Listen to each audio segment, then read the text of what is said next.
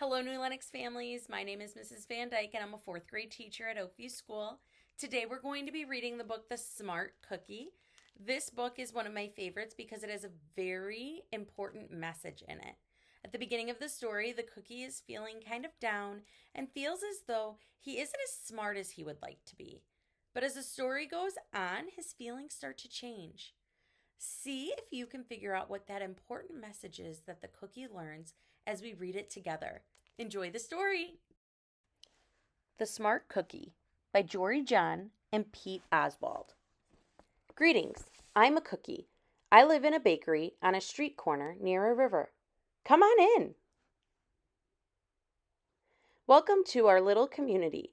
It's a warm and supportive place to spend some time. Pretty fantastic, eh? These days, life is sweet, but my journey wasn't always a cakewalk.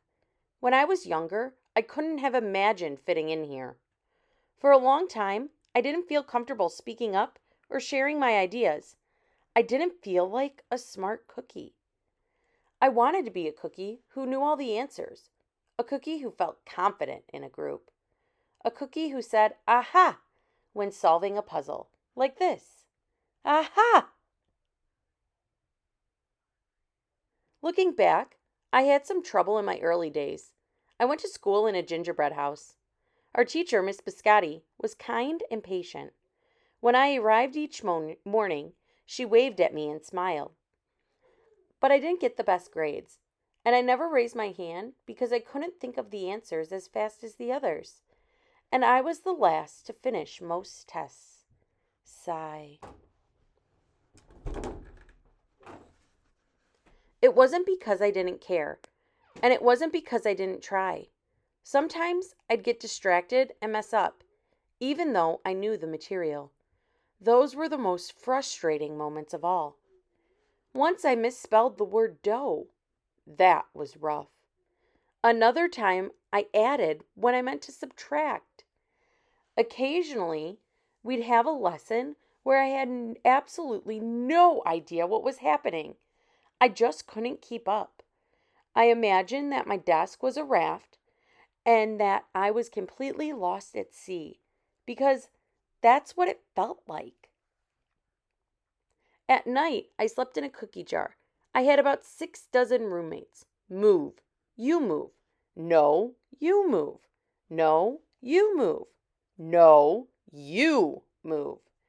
I'd stay awake and stare out the window and worry. Sigh.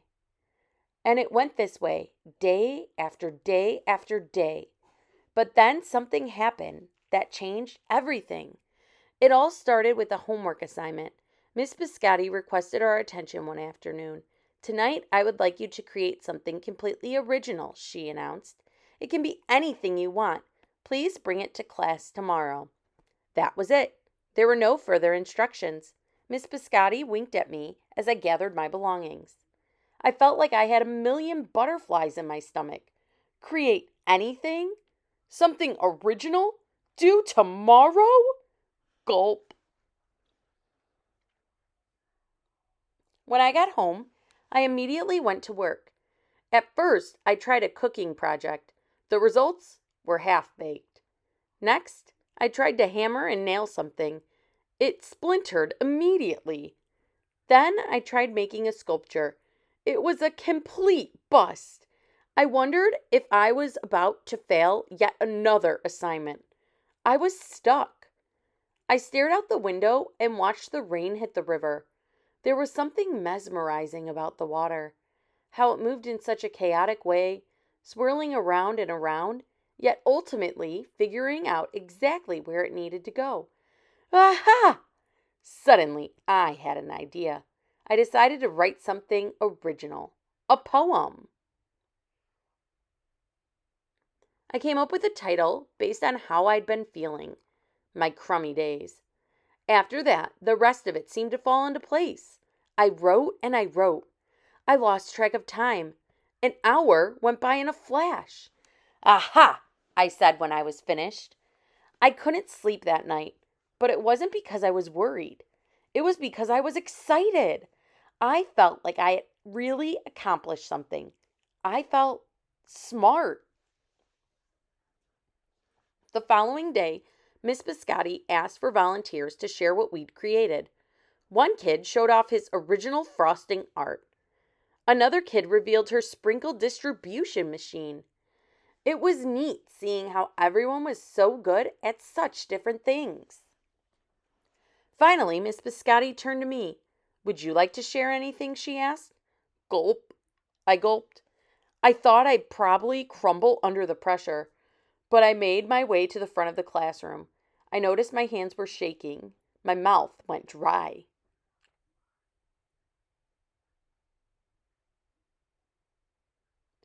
This poem is called My Crummy Days, I said, my voice crackling. And then I read it aloud.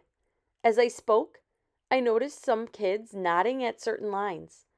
Other kids laughed at the parts that were supposed to be funny. As I built toward the finale, I felt myself becoming more confident and animated. And in the end, everybody clapped and cheered. I promise you this, I'll never, ever forget it. Miss Biscotti was beaming.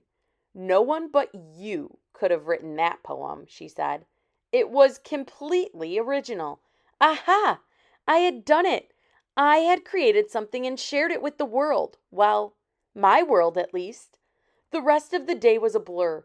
By recess, I was already planning my next poem. I would call it My Sweet Morning. Aha! I thought when I came up with the title. Later that afternoon, Miss Biscotti handed me a note. It said that I should keep on writing no matter what. That meant so much to me. School was a bit different after that. I wasn't so scared to raise my hand or ask a question or share my work. Sure, some things still don't come as easily for me as they do for others. But now I know that you can be smart in many different ways. You don't have to know all the answers to every question or suddenly be great at everything all at once. You just need a chance to try all kinds of things to find out who you are and what you like to do. As for me, I learned that I can write and I can think up great ideas. I found plenty of other things I'm good at too. I no longer feel lost at sea. It's more like floating down a river. And the best part is, there's always more to learn. Because we're all smart cookies. The end. I hope you enjoyed the story. Thanks for watching.